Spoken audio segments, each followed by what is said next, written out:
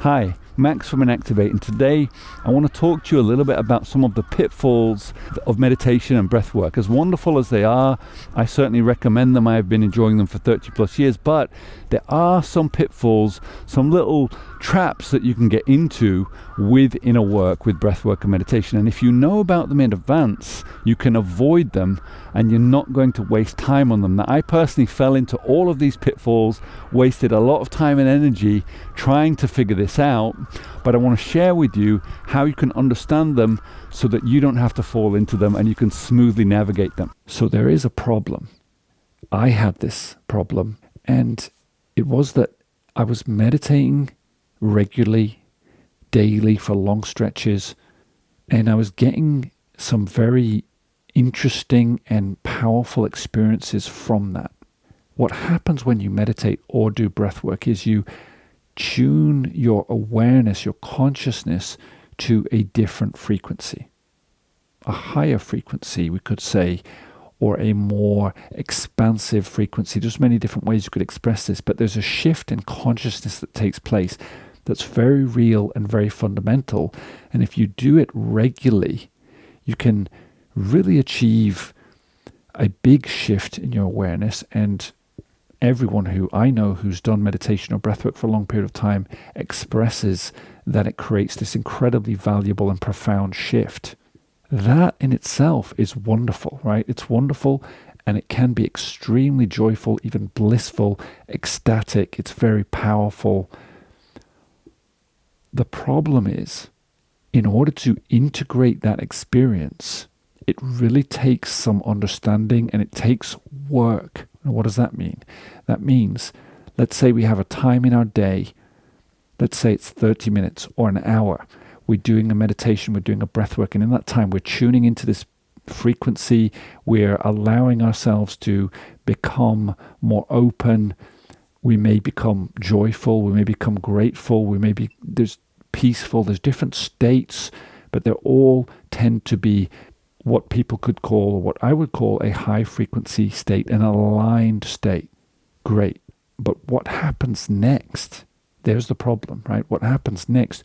Do we come back into the 3D world, to our daily experience, and start acting and behaving through subconscious patterns that we're already programmed with? Or can we maintain that frequency that we've attained through this practice of consciousness work, of inner work, meditation, breath work?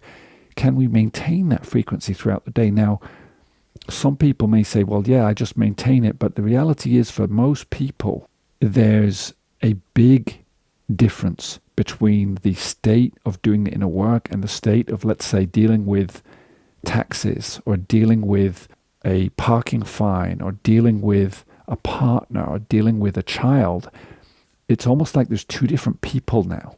There's two different people, and this is not a joke. This can really create a split in the personality, and unless we're very aware of what's happening and very present with it and very understanding about it, it can be very difficult for ourselves. It can be difficult for other people around us.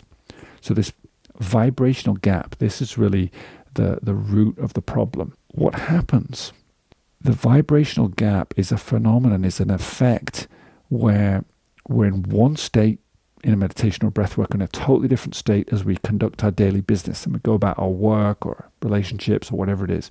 And what happens for most people is there's a compartmentalization. So there's a kind of almost a wall built around that inner practice, which is a wonderful thing. Don't get me wrong. These are wonderful things. And I've been doing it for 30 plus years, and I absolutely love the fact that I've been doing that for 30 plus years, and I get so many wonderful experiences from it. But I was for many years compartmentalizing my experience, meaning I was in a very blissful high state, but I was crashing back down into my 3D experience where I hadn't been able to bring that frequency and manifest a level of harmony, of balance and integrity that matched my experience in my inner world, in my inner reality. And over time, this creates pain. It creates a disparity which is painful for human beings, because it's almost traumatic to flip from one state into a very different state in our relationships, with money, in our relationship. It's very stressful to be in these very different states. Now, that doesn't mean there isn't great value in going into the inner world and experiencing that. There is, but it really helps if you understand this dynamic before you start, or if you already have this practice. If you understand this dynamic, you can bridge that gap much easier. Whereas if it's not in conscious awareness, it's very easy to get sucked into this vibrational gap, and there's difficulty and friction. It's also very hard to see that, because as human beings, it's always hard to see our own patterns. If it was easy to see our own patterns, nobody would be shouting and screaming and getting angry with each other. It just wouldn't be here in our world. It's there because we can't see what we're doing in that moment. We're not aware of it. This is an example of this gap or this disparity, or one of the big, I think, misunderstandings. This is one of the biggest misunderstandings in the spiritual world. So the world is just an illusion, meaning the 3D human experience is an illusion. It's not important. Don't put too much emphasis on it. If we go down that path, or if we take on a teaching that's telling us the world is an illusion, it's not important, if we misunderstand that, we can start neglecting our worldly responsibilities, capabilities, and everything that we have going on in our day-to-day lives. I did this. I'm not saying, hey guys, I figured this all out, so you should be like me. I totally did this. I was totally the vibrational gap. I was totally the split personality. I was totally, the world's not important. Why? Because I've realized I've attained a certain level of competence and mastery in the inner world, but I haven't matched that level of competence and mastery in my outer world yet, right? This is some time back. So I haven't matched the two. And the easy way out of that is, it's just an illusion. Doesn't matter. Doesn't matter if I don't have a successful relationship. Doesn't matter if I don't have financial abundance. Doesn't matter if I'm not strong and healthy or whatever.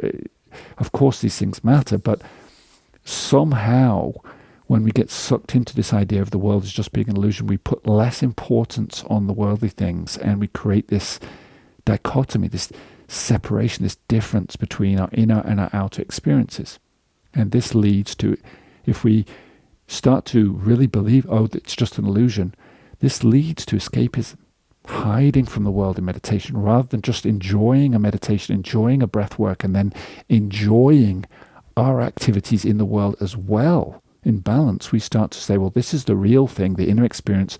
The outer experience is just an illusion, so it doesn't matter if it's all over the place. I literally know people who are well past the midpoint of their life,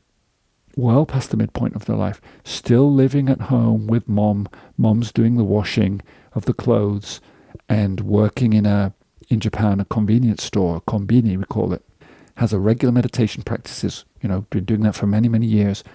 And, to desire money or to desire status is Maya, it's illusion. So I don't want that. I'm free of that desire, right? But really, you're really happy living at mom's, having her do your washing? Dude, come on, let's think about this.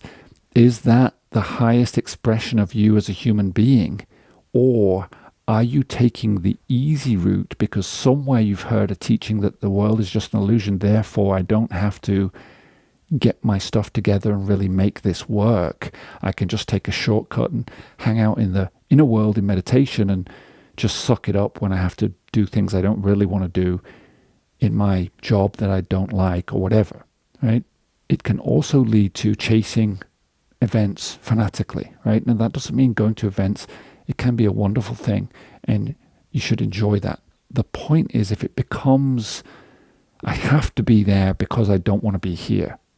I have to go there because here I don't have satisfaction and enjoyment and fulfillment in my 3D reality. Therefore, I need to go to that place where it's the special place where I can get and I've totally lived that also for many years. So I'm not saying anything other than let's bring awareness to this issue.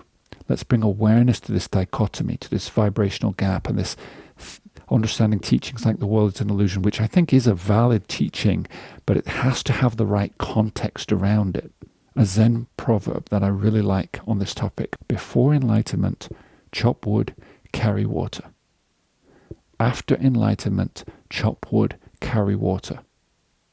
Now, there's many ways this could be interpreted. I'm not saying this is the correct interpretation, but my understanding is the 3D experience needs to be honored and should be performed to one's best ability before and after inner work or any kind of realizations that have happened in that inner work. Meaning, balance is needed between inner and outer experience. And outer experience should never be shunned or diminished because of a desire or a thirst for a deeper inner experience. There has to be this balance struck between the two. That is my experience. Here's another example of a spiritual teaching that without context can lead to real problems. The mind is bad. Avoid the mind. Don't listen to the mind. Don't think, feel. Okay? Now this is, with the right context, very valid in my opinion, but it can be taken as, well, just throw away your reason. Don't use logic and discernment. Just feel. Feeling's good. Thinking is bad. I don't agree with that interpretation at all. Our brains are very important. Our logic is very important. Now, we could say that when we do breathwork or meditation, we're not so much using our brains. I believe that we are tuning into a field of energy, which is an electromagnetic field of energy that is within and around the body and around all things. We're tuning into a frequency of energy, and our awareness is dispersed throughout that field of energy in inner work, which is a beautiful thing. But when we're in a job, when we're dealing with relationships, when we're dealing with finances, when we're dealing with the world, we very much want to use our brains. But we do want to use them as much as possible in an objective way, in a clear way, in a focused way. But if you take this teaching without a clear understanding of what's behind it, it can lead to, well, it doesn't matter. Don't think about it. Just go with the flow. And that works great for some things, and it works well for inner experiences. You don't want to be thinking. You don't want to be analyzing. You want to be feeling, because you're dealing with energy, you're dealing with a field. But when it's time to fill in a form, you better use your brain, because it's just not going to work with feeling, right? Filling in a tax form, see how that does for you. It just doesn't work, right? We need it. And I will qualify this because I believe that the mind is bad and don't think, feel. It's talking about the inner experience, and it's talking about certain types of thinking, certain types of using, certain ways of using the brain that are less advantageous. Thank you for watching, and if you've enjoyed this content, I'm sure you'll enjoy the next video, which is about to appear on this screen. See you there.